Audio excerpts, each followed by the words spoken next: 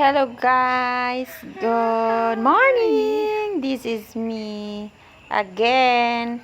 Ayan, mag-ikot-ikot tayo sa aming Naisya si Bella mahulog sa aming paligid. Cherish. Ayan, ang dami. As you can see, madami kaming patola, pero yung iba, sayang, hindi nakakalaki. Kasi sobrang daming insekto.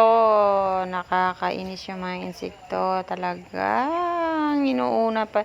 Sila pa yung nauuna kaysa sa amin. Oo nga naman. Ayan. Ayan, nakikita nyo po yung mga, ayan. Diyan po ay may mga bago akong tanim. Ayan po ay okra at saka sitaw. Nakikita nyo po yung aking pechay. Hindi siya hindi maganda ang kanyang tubo dyan. As you can see, mayroon tayong siga. Ayan. Binigyan ko pala yung aking anak na masungit. Cheers. Ayan. Meron din po tayong pipino. Pipino. Charing. Yan po ay sitaw. Bagong tanim. Hopefully, tumubo siya ng maganda at mamunga ng maganda at madami. Yeah. Look at that. Madami din po ako pagod dyan, charis.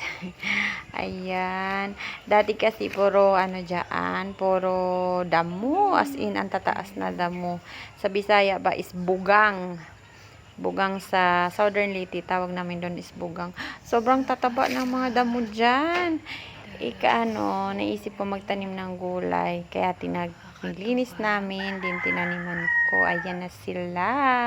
Siguro mga after 2 months. And then, ayan. Sa baba noon is meron na kami. Marami akong diyang kalabasa. Kaso parang hindi naman sila nagbubunga. Cherries.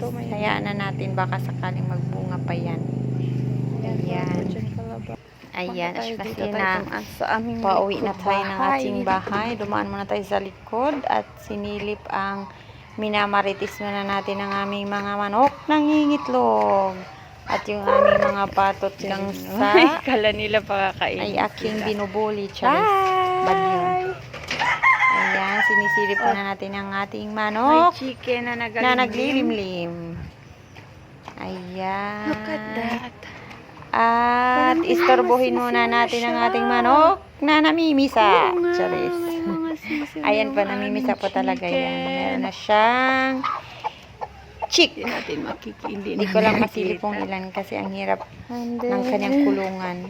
At ayan, pauwi na tayo. Papasok na tayo sa ating likod. At ayan, makikita tayo ng maraming saging. Thank you, Lord. Thank you, Lord.